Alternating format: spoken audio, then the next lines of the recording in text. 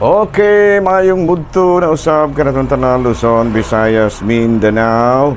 Mayong mudto Philippines, may mudto world, may mudto universe. Ana na punta mga higala nila nga atong tulumanon sa kahanginan, CONA Catechesis on Air.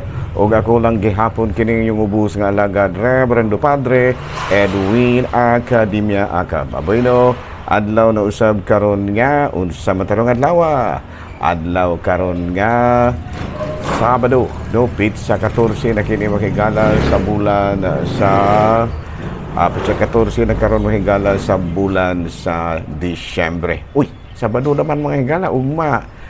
Domingo na, dayong pagkasunod adlaw, mauna gyud ang unang adlaw sa novena. May sa digalyo na gyud, pastilan. Dalain na pong tuig mga higala sa ato ang pagpaabot nga niabot na gyud. Ayan. Nahala na mara kita mga higala sa itong Saint of the Day. Of course, ang atong Saint of the Day karon mao si Saint John of the Cross. Abay na kini si Saint John of the Cross mga higala. Usa kini siya ka Carmelite priest. Unya usa kini siya nakahatag og matud pa daghang kausaban sa pagtuong Katoliko, no? Mga reforms si Saint John of the Cross sa kini siya kakatsila.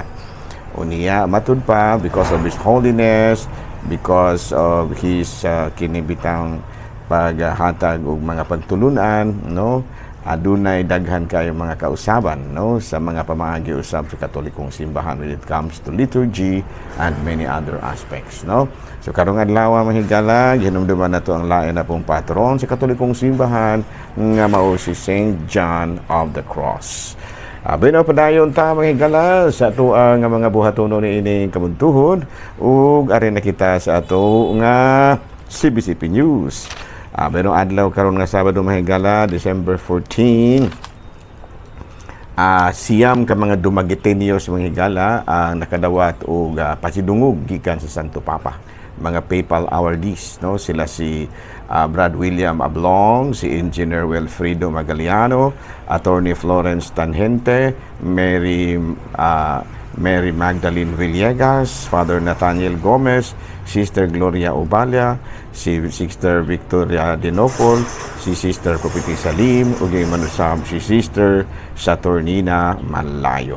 No, mitambong gyud mga higala sa paghatag sa mga pasidungog, mao mismo ang ato ang talahuron nga Papal Nuncio si Archbishop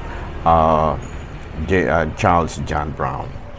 Balita mahigala gikan sa Vatican, ang atong talahurong Santo Papa planong mobisita sa island sa Corsica karong umalabot nga ugmang adlaw.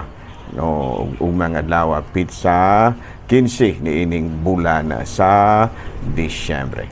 Mao kadto mahigala mga balitang simbahan ni ining kabuntuhon ug ako lang gihapon na inyong ubos nga alagad Reverendo Padre Edwin Academia Acab. Abino ari na ta mahigala sa ato ang pinakatapi karon kabahin gihapon sa Holy Spirit. What are the symbols of the Holy Spirit? Unsa man ang mga timailhan o simbol, unsa man ang mga butang nga gisimboluhan sa talahurong. Unsa man ang mga butang nga gisimboluhan sa Espiritu Santo? Number 1, tubig signifies the Holy Spirit action in baptism, no? Sa ato pa nakita ang mga lihok sa Espiritu Santo gisimboluhan sa tubig sa paglimpyo, no, sa dihang kita nga gibuniyagan. Ato kanang matabtan kung basahon nato ang Juan kapitulo 4 bersikulo 10 hangtod sa 14. Ug manusab anointing of sacred oil, no? Ato usab kanang masabtan nasa ato kanang nadawat kining mao nga lihok sa Espiritu Santo pinaagi sa pagdihog sa lana sa dihang kita gibuniyagan. Gitawag nato chrismation, no? Pagdihog sa krisma sa gikumpirmahan o sa bunyag o sa pagkumpirma. O gingamanusab sa ang kaning kalayo signifies the transforming energy of the Holy Spirit, no? Ato kanang nasinat ato kanang nasabtan sa panahon ni Propeta Elias, no, sa Mount Carmel nga diin ang iyang mga pulong sa magyud og kalayo, no, nga gikan sa langit nga milagbas sa kasing-kasing sa mga tao og naghatag og kabag-uhan. cloud and light, no? Ato usab ka na nga nasabtan na to ang presensya sa Espiritu Santo panahon ni Propeta Moses, no? Sa diha nga adunay kalayo nga nagsiga, nya adunay ang tingog sa langit nga amahan nga nakighinabi kaniya.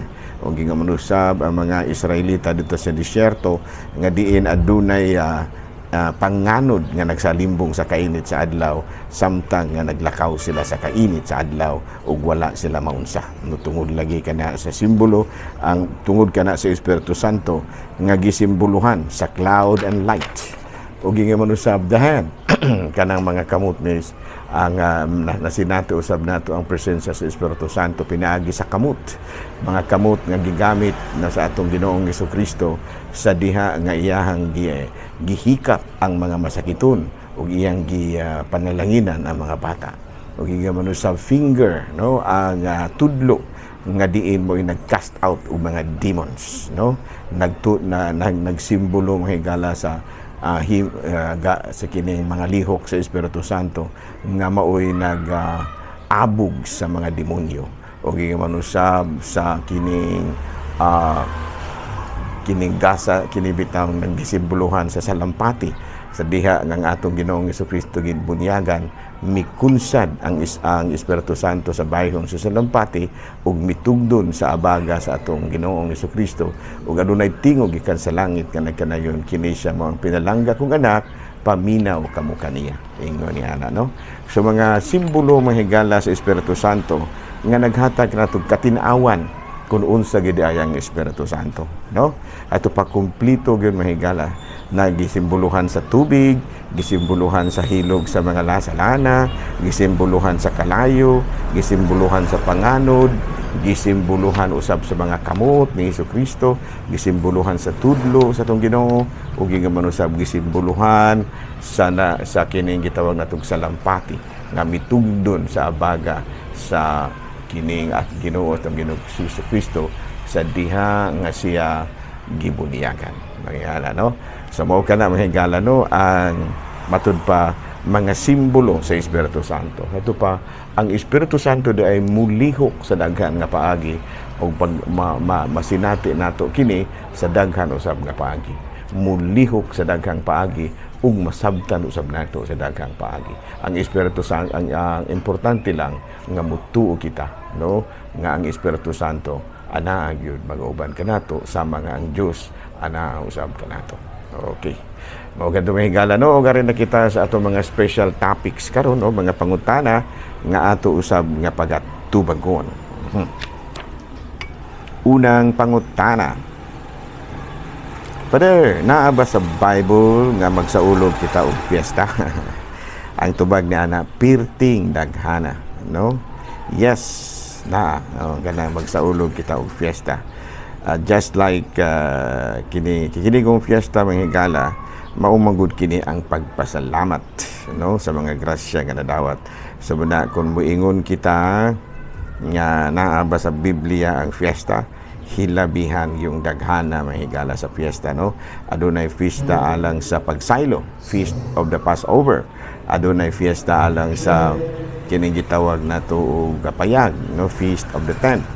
Kaya doon na po kining daghan pagyud kay nga mga fiesta, no, nga gisaulog nato panahon sa ato kining fiesta mahigala, no, kun ato gid kining tan-awon sa Mateo kapitulo 26 bersikulo 17 ug 18 kini bitaw the Passover meal, no, kana bang kapistahan sa pagsaylo maoy gisaulog yung balik-balik kini mahigalang Feast of the Passover meal, or kapistahan sa pagsaylo tungod kay pinaagi ni ini na sinati nato, no, ang gugma sa Dios sama sa nahitabo sa mga Israelita, no, nga para ber sila nakalingkawas gikan sa gitawag nato og kaulipnan sa Jerusalem, ila usab nga gisaulog ang Passover meal, ana, no, ilag yung kanunay nga gihimo, no, ang mga mao nga kita karon nga mga bag-ong Kristiyanos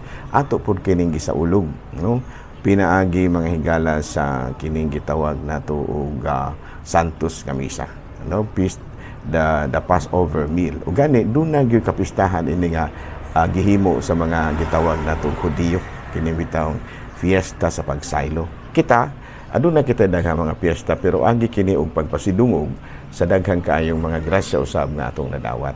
No, sama pananglit sa mga kapistahan sa mga santos, no, gipasalamatan nato ang atong Ginoong Jesucristo pinaagi sa mga grasya nga nadawat nato, inubanan usab sa mga pagampo sa atong mga mahal nga patron, bisan San Roque ba, San Vicente ba, San Isidro ba. Sa ito pa ang fiesta day ipagpasalamat usab sama sa gihimo sa mga Israelita ug hangtod karon mo'y atong gihimo pero inubanan sa mga pagampo sa mga mahal nga patron. Ana no? So muna siya. Okay, lain nga pangutana nga atong tubagon. Kanus aman gyud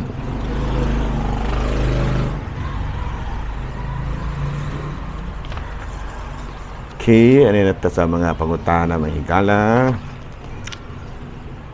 Laing pangutana. Padre. Gamay na lang mahigala ha. Kinilagubo na dito sa akong silingan. Ug hapit to sa magsugod ang mga kalihukan nila. Okay. What are the unsa man kining gitawag natong by baptism by desire, Padre? Ayan, no? Abi no baptism by desire, mao nga kun ang tawo bisag way bunyag pero maayo ang iyahang binuhatan ug nagpuyo sa kinabuhi nga way pagpakasala, maluwas kini, no? Maluwas kini, no? O maluwas kini ug makasulod king harian sa langit. Mo kini siya gitawag natong baptism by desire. Okay, mura sama ra man pud siya og nabunyaga, no? Kadto pa ang baptism by desire di ay makatabang sa katao kun siya bisag walay bunyag pero maayo ang iyang binuhatan ug nagpuyo sa kinabuhi nga walay pagpakasala.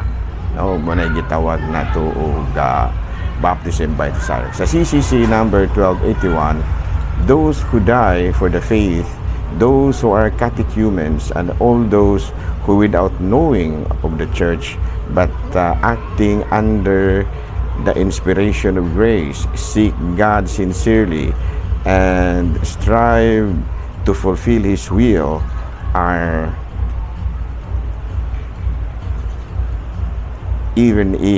saved even if they had not been baptized. No, ato kanang mabasa mga higala sa CCC 1281. Muna siya gitawag nato og kining baptism by desire, no? Matthew 18 verse 18, ang ubusa sultihan ko kamo ang inyong idili dinhi sa yuta, idili usab dito sa langit. Ug ang inyong itugot dinhi sa yuta, itugot usab dito sa langit. Sa ito pa bisan tuod kung ingon niini nga wala di nato direktamente nga mabasa sa Biblia, pero ang simbahan manggod adunay katungod sa pagdili ug sa pagtugot. No, muna nga kay gitugot man lagi kining baptism by desire, so be ingon niya. Okay? Klaro? Another question. Pader, pananglitan okay, nakita na nato na, no?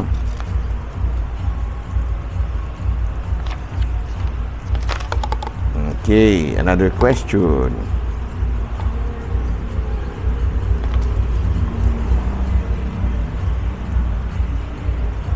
Padre, pwede ra ba nga mo attend me og prayer service sa laing relihiyon? Ay, wala ni siya, okay ra ni siya, pero wala ni siya gi-encourage sa atong simbahan. Pero pananglitan o muadto gid mo dito, pero panang kanang mga Bible service, pero ano, pwede ra ba nga mo attend me og prayer service sa laing relihiyon? Ang tubag niya na wala ginagi-encourage nato sa kadtong simbahan nga mag-apil-apil mo dito. No, labi na gayud ka na mag-Bible study. Kailain man na sila og interpretasyon sa pipila ka teksto sa Biblia. So dili lang gyud ta mo apil-apil dito aron dili ta malibog sa atong pagtuo. No, klaro ha? Sa atong balikon ha, ang pangutana. Padre, pwede ra ba nga mo attend me og prayer meeting sa laing relihiyon? Tubag na ana ayaw lang. No, kay gi-discourage gina, no? Wala gid ta gi-encourage na ana. Gi-discourage gina siya, no? Wala gid na gi-encourage sa atong simbahan. Sa atong simbahan, naamang putay kalihukan sa atong mga kapilya, mag-grocery, Bible sharing ug kasawulugan sa pulong. So anto na lamang ta ha. So kanang kabahin sa mga Bible studies laing relihiyon, ayaw lang mong apil din na kay lahi man na silang interpretasyon sa atua, so may puruhan nga malibog na hinuuno niya mo. Okay? Okay nga nung gisaulog na to ang adlaw sa mga minatay, Padre, November 1 and 2. Bueno, matod pa ni Saint Therese of Calcutta, death is nothing but going home to God. The bond of love will be unbroken for all eternity. Bino, din lang ko takuto mga higala ha, kay medyo nagsugod na usab ang kalihukan sa pikas balay, no?